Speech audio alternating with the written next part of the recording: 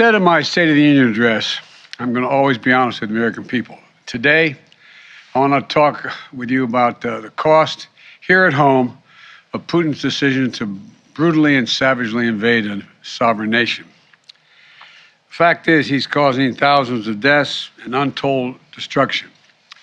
Working with our NATO allies and our European partners and beyond that, we're responding. We're aiding the Ukrainian people, both economically and militarily, while leaving the most punishing economic sanctions against Russia ever used against another nation in place and increasing them. Thus far, these actions are crippling Russia's economy, isolating Putin from the world, and helping Ukrainians fight for their country and ease their suffering. But as I've said from the start, Putin's war is imposing a cost on America and our allies and democracies around the world. Today, I want to talk about one aspect of Putin's war that affects and has real effects on the American people. Putin's price hike that Americans and our allies are feeling at the pump. I know how much it hurts. As you've heard me say before, I grew up in a family like many of you, where the price of a gallon of gasoline went up. It was discussion at the kitchen table. Our family budgets, your family budgets, to fill a tank, none of it should hinge on whether a dictator declares war. So today I'm laying out a two-part plan, not only to ease the pain that families are feeling right now, but to end this era of dependence and uncertainty, and to lay a new foundation for true and lasting American energy independence. Parenthetically, just imagine if, in fact, Europe didn't have to count on Russian oil. If they were energy independent, it would change the nature of so much. The problem we're facing with gas prices has two roots. First, the pandemic. When COVID struck, demand for oil plummeted, so production slowed down worldwide. Because of the strength and the speed of our recovery, demand for oil shot back up much faster than the supply. That's why the cost of gas began to rise last year. The second root is Vladimir Putin. The start of this year, gas was about $3.30 a gallon. Today, it's about averaging $4.20, $4.22. It's higher in many states. Nearly $1 more in less than 3 months. And the reason for that is because of Putin's war. And now many people are no longer buying Russian oil around the world. I banned the Russian import of oil here in America. Republicans and Democrats in Congress called for it and supported it. It was the right thing to do. But I said at the time, it's going to come with a cost. As Russian oil comes off the global market, supply of oil drops and prices are rising. Now Putin's price hike is hitting Americans at the pump, which brings me to the first part of my plan. To immediately increase the supply of oil, our prices are rising because of Putin's action. There isn't enough supply. And the bottom line is, if we want lower gas prices, we need to have a more oil supply right now. For U.S. oil companies that are recording their largest profits in years, they have a choice. One, they can put those profits to productive use by producing more oils, restarting idle wells, or producing on the sites they already are leasing, giving the American people a break by passing some of the savings on to their customers and lowering the price at the pump. Or they can, as some of them are doing, exploit the situation, sit back, ship those profits to the investors, and while American families struggle to make ends meet. Look, this is a moment of consequence and peril for the world, and pain at the pump for American families. It's also a moment of patriotism. I want to acknowledge those companies that have already announced they're increasing immediate production. They're investing money to produce more oil, and also clean technology we need to reduce our dependence on oil in the future. They have everything they need, nothing standing in their way. And they've indicated they will be producing an extra 1 million barrels of oil per day, probably starting as early as this fall. That's progress. But some companies have been pretty blunt. They don't want to increase supply because Putin's price hike means higher profits. One CEO even acknowledged that they don't care if the price of a barrel of oil goes to $200 a barrel. They're not going to step up the production. I say enough. Enough of lavishing excessive profits on investors and payouts and buybacks when the American people are watching. The world is watching. U.S. oil companies made nearly $80 billion in profit last year, and this year those profits are expected to continue to soar.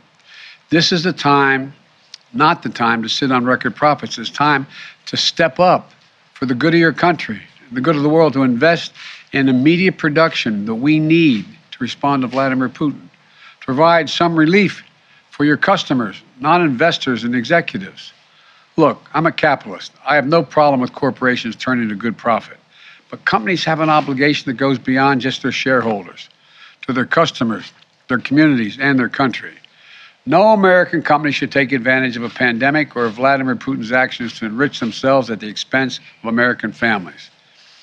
Investing those profits in production and innovation. That's what they should do. Invest in your customers. And it isn't just like, it's not the patriotic thing, it is good for your business as well. Right now, oil and gas industry is sitting on nearly 9,000 unused but approved permits for production on federal lands, or more than 1 million unused acres they have a right to pump on. Families can't afford that companies sit on their hands. So, to help execute this first part of my plan, I'm calling for a use it or lose it policy. Congress should make companies pay fees on wells on federal leases they haven't used in years, and acres of public land they're hoarding without production. Companies that are already producing from these wells won't be affected, but those sitting on unused leases and idle wells will either have to start producing or pay the price for their inaction. Look, the action I'm calling for will make a real difference over time. But the truth is, it takes months, not days, for companies to increase production. That's why the next part of my plan is so important. Today, I'm authorizing the release of 1 million barrels per day for the next 6 months, over 180 million. We'll never have to deal with this problem again. Ultimately, we and the whole world need to reduce our dependence on fossil fuels altogether. We need to choose long-term security over energy and climate vulnerability. We need to double down on our commitment to clean energy and tackling the climate crisis with our partners and allies around the world. And we can do that by passing my plan that's literally before the Senate right now. The United States Congress right now has been there for well over a month to speed the transition to a clean energy future that's made in America with American products and American values. We need to embrace all the tools and technologies that can help us free us from our dependence on fossil fuels, move us toward a more homegrown clean energy. Technologies made by American companies and American workers, so we can bolster domestic supply chains here at home and export those technologies around the world to reduce greenhouse gases. That's why today I'm issuing a directive to strengthen our clean energy economy. I'm going to use the Defense Production Act to secure American supply chains for the critical materials that go into batteries for electric vehicles and the storage of renewable energy, lithium, graphite, nickel, and so much more. We need to end our long-term reliance on China and other countries for inputs that will power the future. And I'll use every tool I have to make that happen. Yes, building a made-in-America clean energy future will help safeguard our national security. Yes, it will help us tackle climate change. Yes, it's going to help us ensure that Americans create millions of good-paying jobs for generations to come. But the most important thing my plan will do right away is save your family money. And here's what I mean.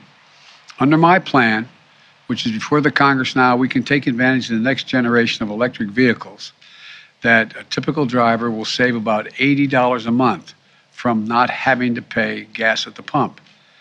If your home is powered by safer, cheaper, cleaner electricity like solar or heat pumps, you can save about $500 a month on average. Don't take my word for it. The CEOs of 11 of America's largest utility companies came to see me at the White House several weeks ago.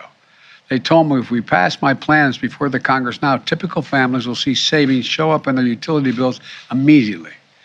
And costs will come down even more as we innovate and develop cutting-edge energy storage technologies, clean hydrogen technology, advanced nuclear technology, carbon capture and sequestration technologies.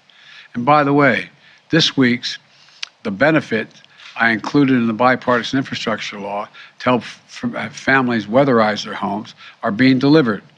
My administration is making $3.2 billion available from this legislation to provide up to $6,500 direct payment for working class families to be able to weatherize their homes, to save them money, to keep them warm in the winter and cool in the summer. It's a direct grant. This program has been around for a while, and in the past, it's delivered to families, average families, another $327 in savings when they weatherize. But now we have the ability to reach 10 times as many families because of the legislation that we already passed in the legislation. In addition to that, we're also setting new standards to boost fuel economies for new vehicles sold in America. Within 5 years, we're going to travel 10 miles more on every single gallon we have because the average fuel economy of 49 miles of the gallon is going to be required. That means hundreds of dollars in savings for families at the pump. We're also setting similar standards for appliances, from your air conditioner to your microwave, your refrigerator, washers, dryers. It's just one of 100 actions we're taking to save the average family $100 per year in utility bills. Look, the bottom line is this. Between ramping up production in the short term and driving down demand in the long term, we can free ourselves from our dependence on imported oil from across the world. Look, I know gas prices are painful. I get it.